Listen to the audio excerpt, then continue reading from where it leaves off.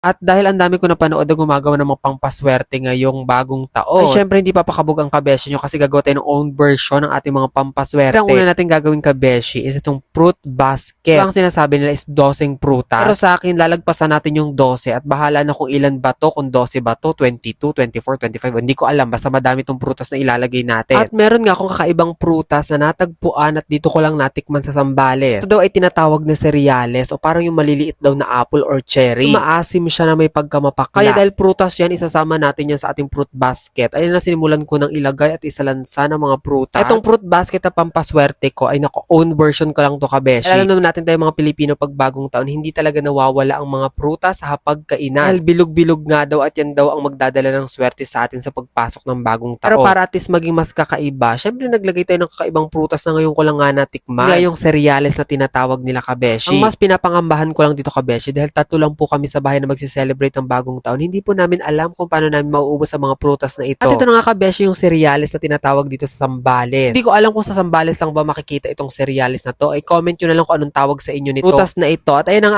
ating fruit basket kabeshi. Pang malakasan ng swerteng dadating sa atin sa 2024. At syempre bukod sa fruit basket na yan kabeshi, nako gumawa rin tayo nitong mga chocolate kenemeru. Wala lang dahil marami tayong chocolate na nakulimbat at nakolekta. I-display din natin yan sa ating hapagkainan. Syempre mukha tayo nakakaangat-angat sa buhay pag may mga ganyang chocolate, di ba? Pagkatapos niyan, ay gagawin tayo ng prosperity kenemeru. Ay, prosperity bowl pala. Itong prosperity bowl na ito pa yung mga ginamit ng mga previous year. Pero pwede na yan kabeshi kaysa bumili pa tayo. Naglagay lang tayo dyan ng pangmalakasang bigas para hindi tayo mawalan ng bigas sa everyday natin na kinakain. Naglagay din tayo ng bula para magaan ang pasok ng swerte, sabi ng mga Chinese. Charot. At naglagay din tayo dyan ng pangmalakasang asin. Syempre pag mayaman ka, rock salt ang ilalagay mo. Hindi pala, pag mayaman ka pala, iodized salt. Tapos bukod sa pangmalakasang asin na nilagay natin kabeshi, dahil may mga coins tayo o mga barya-barya, ilalagay din natin yan sa gilid ng ating prosperity bowl. Dagdag din yan sa swerte na matatanggap natin sa 2024. Again kabeshi, itong mga pampaswerte na ginawa ko, ay own version ko po siya. At dahil wala naman tayo 1,000 dyan for today's video, wala tayo ilalagay na 1,000. Pero lang kung bibigyan tayo ni Chef. Ito na nga yung ating pangmalakasang prosperity bowl. Isa rin daw sa magdadala ng swerte sa atin sa 2024. At ito nga yung pinaka-trending ngayon kabeshi. Biglang sikat ng 50 pesos at kailangan mo lang daw yan i-fold ng i-fold at dapat daw ang pagka-fold niya kabeshi